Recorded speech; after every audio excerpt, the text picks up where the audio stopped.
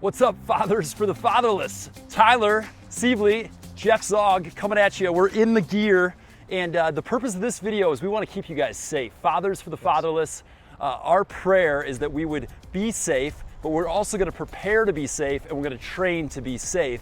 And just so you guys know what's coming at you. So guys, on this ride, some of our cities have hundreds, some of our cities have dozens, but we're going to ride in pods of about 30 dads per pod. Each pod is going to have groups of ride teams. Ride teams have about how many? 10? 8, 10? 8 to 10. 8 to 10 dudes. So you're going to be riding with a group of 8 to 10. The reason for this video is for you to stay safe, but also when you stay safe, the guys in your ride team are also going to stay safe, and that's a huge deal. All of us represent kids that we pray will always have us as a father. Fathers for the fatherless. We are not going to leave any kids fatherless because we weren't safe. Is that right? That's right. That's right. So that's the purpose of this video. Tyler's the man. He's been my cycling mentor and also my coffee mentor. Bonus. But he's going to walk us through a couple areas of staying safe. 100%. Thanks, Jeff. Yeah, and I am so excited for all of you to, whether this is your first big ride, your first time ever doing something like this, or your 10th time doing something like this, I'm so excited to have all of you joining us on this journey, this calling, this adventure for Fathers for the Fatherless. What I'm going to be walking you through today is a broad range of tips, but we're going to focus on two key areas. The first is just how do you ride a road bike?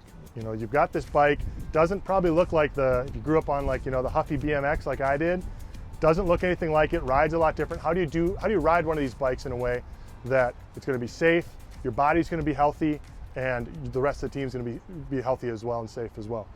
Then from there, we're also going to look at specifically how do we ride as a group? How do we work together to make sure that, one, we're maximizing the aerodynamic efficiency of riding in a group like this, but also how do we do it in a way where we're communicating in a standardized way and so that we each know what to expect when we're out on the road together.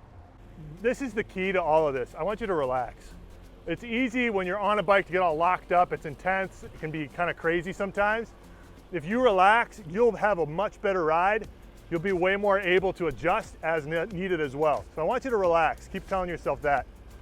Moving down the body, what I want you to do is, so we got our chest open. It's really easy the first time you get on a road bike to just kind of sit your butt on the saddle like you're actually sitting on a chair. It's no good. What that does is all the shocks from the rear wheel go right into your lower back. It'll lead to a lot of pain over time. So what I want you to do, rotate those hips forward.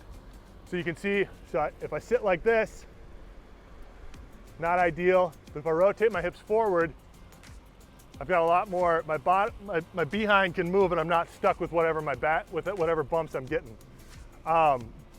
What'll happen then is, another way to think about this is if you got a fart, you want it to push you forward, not straight up off the saddle, okay? That's another key piece. I want you to remember to move around on the saddle. If one part of your leg, oh, you see how I'm looking behind there too. That's a good idea. But I want you to keep your legs, remember if one part of your leg is feeling tired, if you move back or move forward on the saddle, it can be really helpful. It'll engage different muscles on your leg. So keep that in mind as you're choosing, as your body is going through the ride. Those adjustments can make a big difference over the course of 100 miles. Keep your knees. I don't want to see your knees popping out at the top of your pedal stroke. That's a great way to screw up your tendons over time. We don't want to do that.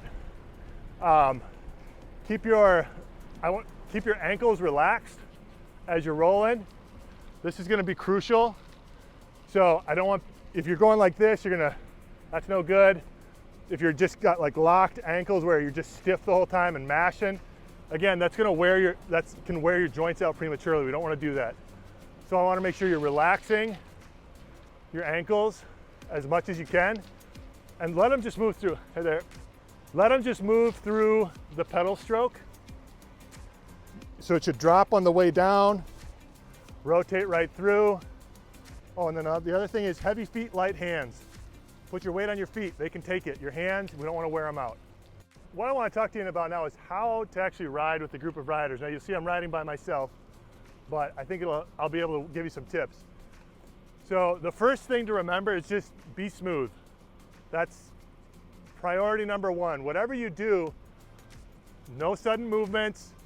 Don't jerk your bike out of the way or something like that, because what's going to happen is the guy behind you is going to run into you. No suddenly slamming on your brakes. All that stuff, and for that matter, no sudden accelerations. All of that stuff, what it does is it just creates chaos in the pace line, and we're going to need each other to work together if we're going to go and do this whole ride. I do want to emphasize no sudden movements. So if you do see a pothole or some issue in the road, ride through it. If there's glass, if you can very smoothly move out of the way, do so, and then signal, point to it, the pothole, the glass, any other obstacles, so that your team knows. Now, right now we got a car behind us, so I'm gonna say car back and move over. What I want you to make sure you're doing is if you see someone signal a pothole in front of you, if someone says car back behind you or walker up in front of you, you gotta repeat it. Doesn't matter if the guy behind you or in front of you has already said it, just always repeat what you hear in the pace line so we can all make sure we're communicating well. In that same vein, I want to show you a couple of hand signals we're going to use. If we're going left, I want you to point left. If we're going right, I want you to point right. I know they may have taught you at some point, you put your arm up like this. People just think you're waving. Just point with your hand. Simplify their life. Right back here, flashing hand like this is stopping or slowing. Means I'm applying my brakes, I'm slowing down, there's a stoplight, there's a stop sign, there's cross traffic, for instance, that I need to be ready for. All right, I will say this, when you're taking a sharp turn, I want your outside foot down, drop that heel, look where you want to go. And that's just key for riding a bike at all. Look where you want to go. Listen to your body. If you feel like your knee's bothering you, or your back's bothering you, just go ahead and move around. Like, my knee just gave me a little like, hey, what's up? And I'm like, okay, got to keep my knees in. Keep my, for me, I got to keep my heels out a little bit, let them drop. I feel great now. So just listen to your body, move around on the bike. If you get locked in and like you're just pounding out the miles, it's going to be a long day and it's going to be a hard day. It's going to be a hard enough day as it is. So give yourself a little bit of flexibility on the bike. You'll feel a lot better. One other thing I'll say is that however you are feeling in a given moment, give it 5 minutes, you'll feel different, I promise. So it's gonna feel good, it's gonna feel crappy, just embrace it.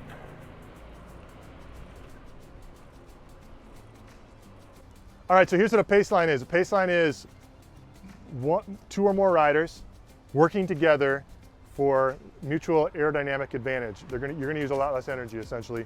When you're riding behind someone else, they're gonna break the wind for you.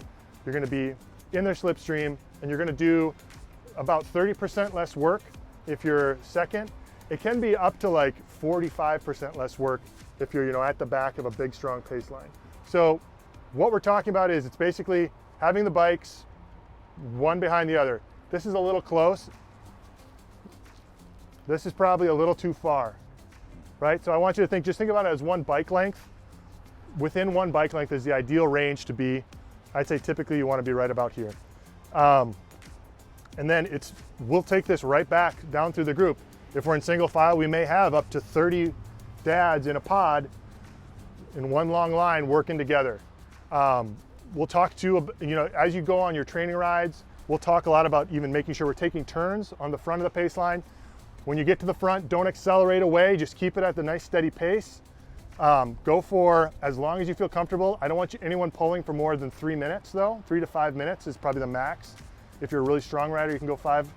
But then when you get to the back, make sure that if you're the guy in the back and you see someone coming back, say, hey, this is the back, so that he can accelerate and hook on because he's just done his big pull. Make sure you're saying good pull as people are going back, encourage one another.